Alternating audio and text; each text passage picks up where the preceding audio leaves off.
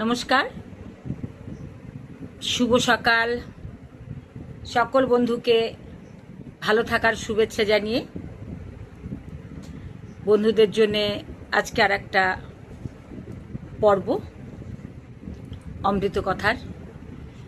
সকল বন্ধুকে অনুরোধ করব যে ভালো লাগলে আমার টপিক একটা লাইক অন্তত দেবেন, কারণ লাইক দিলে আমি উৎসাহিত হব, আরও ভালো ভালো টপিক আমার ইচ্ছে করবে, আর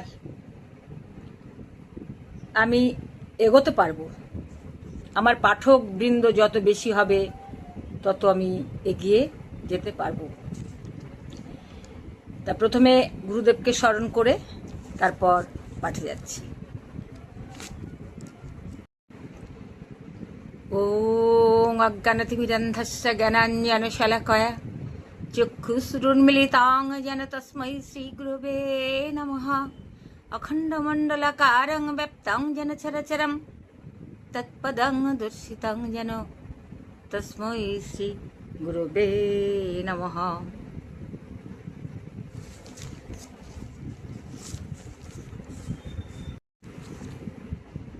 তীব্র বৈরাগ্য।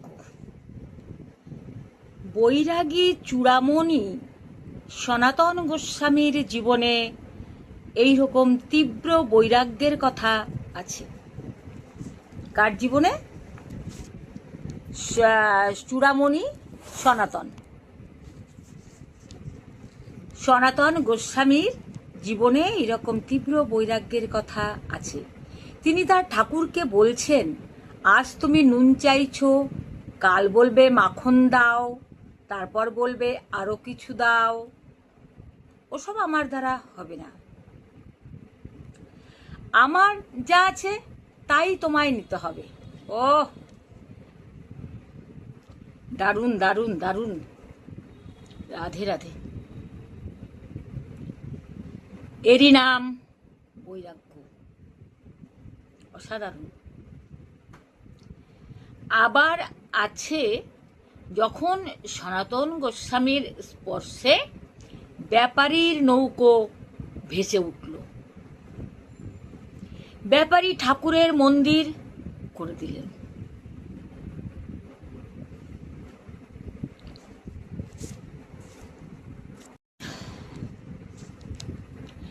তখন সনাতন গোস্বামী বলছেন, ঠাকুর বুঝেছি, এখন তোমার ভোগের বাসনা হয়েছে, তা তোমার ভোগ নিয়ে তুমি থাকো, আমারও সব পোষাবে না, আমি চললাম। তীব্র বৈরাগ্য হলে ভগবানের জন্য কোনো ভোগের আয়োজন ভক্ত সহ্য করতে পারে না। এরকম কথা আমরা কখনো ভাবতে পেরেছি যে ভগবানের ভোগ ভক্ত সহ্য করতে পারে না? কি অসাধারণ কথা আজকে পাঠে পেলাম। এটা ঠিক না বেঠিক কিচ্ছু জানি না, এরকম কথা কখনো আমি অন্তত শুনিনি। এই প্রথম আজকে পাঠে পেলাম। তীব্র ভাবাবেগের ফল, মানে খুব বেশি ভাবলে কি হয়।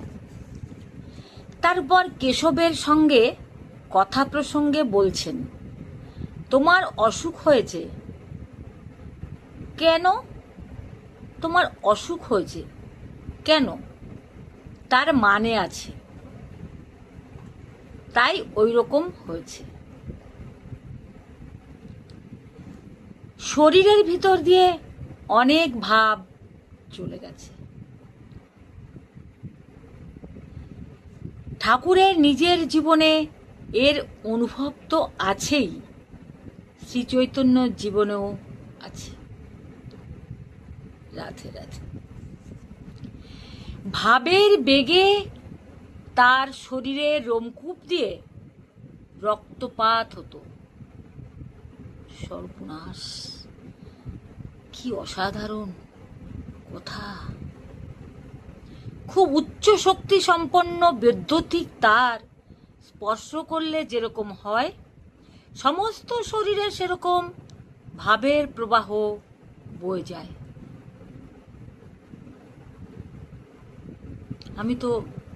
আমার এখন কেমন লাগছে, আমি ভাবতেও পারছি না, আর শুনছি এটা সত্যি না মিথ্যে কল্পনা করতে পারছি না, ভাবতেও পারছি না।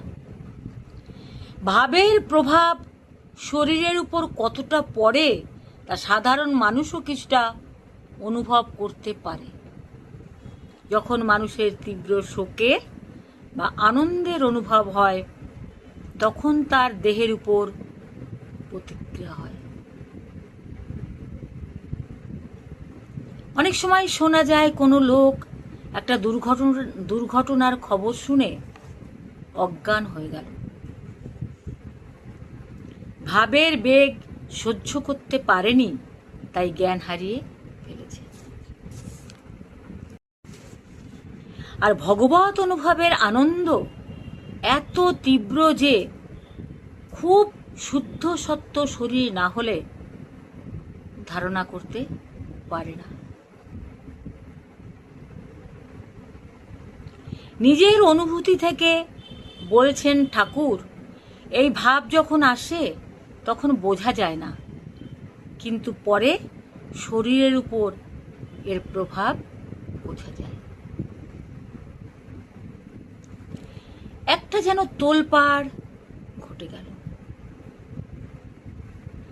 কেশবকে বলছেন, রোগের একটু বাকি থাকলে ডাক্তার যেমন হাসপাতাল থেকে ছাড়ে না, রোগের একটু বাকি থাকলে ডাক্তার যেমন হাসপাতাল থেকে ছাড়ে না, তেমনি শুদ্ধির একটু বাকি থাকলে তিনিও ছাড়েন না।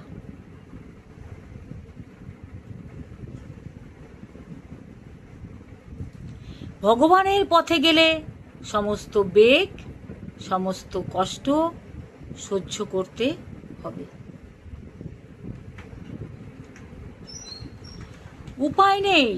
ঠাকুর বলছেন, হৃদু বলে তা এমন ভাবও দেখি নাই, এমন রোগও দেখি নাই। আসল কথা, তখন তো আর দেহ বুদ্ধি ছিল না।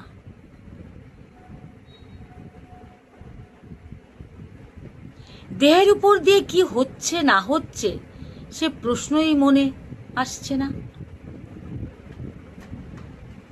মন তখন সূক্ষ্ম তত্ত্বতে স্থির। পরে কেশবকে বলছেন, শিশির পাবে বলে মালি বর্ষাই গোলাপের গাছ শিকড় শুদ্ধ তুলে দেয়।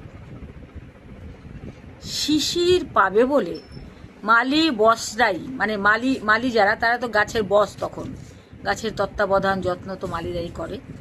মালি বসরাই গোলাপের গাছ শিকড় শুদ্ধ তুলে দেয়। অর্থাৎ এই রোগ ভোগ এ যেন ভবিষ্যতের একটা বিরাট কিছু সম্ভাবনার সূচনা। রাধে রাধে। অসাধারণ একটা পাঠ আজকে পেলাম। আমি কোনোদিন কোনো আলোচনা বা কীর্তনাদিতে যেও এই ধরনের আলোচনার সম্মুখীন আমি হইনি বা শুনতে পাইনি, আজ প্রথম আমি পাঠে পেলাম। যাই হোক, আমার পাঠ করলে এক একটা ধাপ এগিয়ে যাচ্ছি। সত্যি শিক্ষার শেষ নেই। এই পথ, এই শিক্ষা কোনো দিন কেউ নিয়ম করে আমরা করি না, এমনকি কোনো সিলেবাসের মধ্যেও নেই। এগুলো সম্পূর্ণ আলাদা। কীর্তনাদিতে গেলে কিছু কিছু শিক্ষা গ্রহণ করা যায়, কিন্তু সে সুযোগ আর কজনের হতে পারে। নমস্কার। পাঠ করলাম স্বামী ভূতেশানন্দের শ্রী শ্রী রামকৃষ্ণ কথামৃত প্রসঙ্গ থেকে। শ্রী শ্রী স্বামী ভূতেশানন্দের শ্রী শ্রী রামকৃষ্ণ কথামৃত প্রসঙ্গ থেকে। আবার আসবো অন্য একটা পাঠ নিয়ে। আজ এই পর্যন্ত।